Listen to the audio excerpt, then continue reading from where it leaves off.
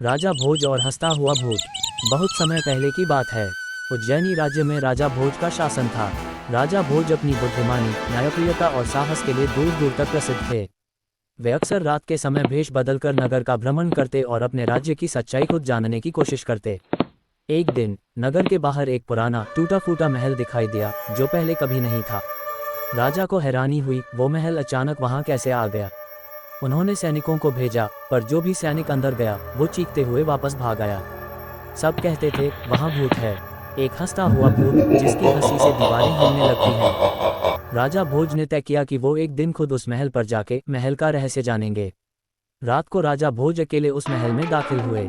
हाथ में मशाल और कमर में तलवार थी।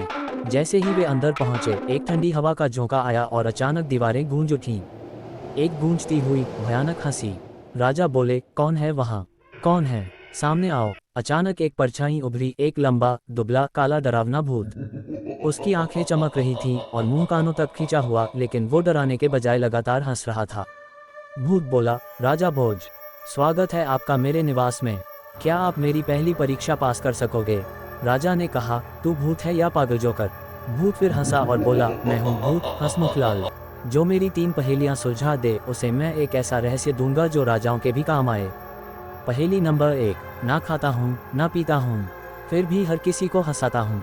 मेरा नाम बताओ वरना डर जाओ। राजा थोड़ी देर सोचे और मुस्कुराते हुए कहा, उत्तर है जोकर या विदूषक। भूत चौंका, अपने सही उत्तर दिया। चलो दूसरी पहेली सुनो। पहेली नंबर 2, जिसके पास जितना कम वो उतना ज्यादा बांटता है, खुद के पास कुछ नहीं फिर भी सबका दिल जीतता है। राजा ने तुरंत जवाब दिया, उत्तर है हंसी, क्योंकि हंसी बांटने से बढ़ती है। भूत ने ताली बजाई और अब उसकी हंसी में डर नहीं खुशी थी। अब आई तीसरी और आखिरी पहेली। पहेली नंबर 3, मैं हूँ अतीत की छाया, मुझे छुओगे तो डर पाओगे। मेरा नाम सबने सुना पर कोई मुझे नहीं जान पाया। राजा थोड़ी देर सोच में पड़ गए, फिर बोले, ये भूत ही है, नजर नहीं आता पर सबको डराता है। भूत उछल पड़ा, सही, तुमने तीनों पहेलियां हल कर लीं। अब भूत गंभीर हो गया और बोला, राजा भोज, मैं असल में कोई साधारण भूत नहीं, मैं इस महल का पूर्व विदूषक था। राजा विक्रमादित्य के समय में मैं रोज उन्हें हंसाता था, लेकिन एक दिन एक दरबारी ने मुझ पर झूठा इल्जाम लगाया। मुझे अपराधी समझकर फांसी दे दी गई। मेरी आत्मा तब से हंसी के भेष में बदला लेती रही, पर अब जब किसी ने मेरी सच्चाई समझी तो मैं मुक्त हो सकता हूँ।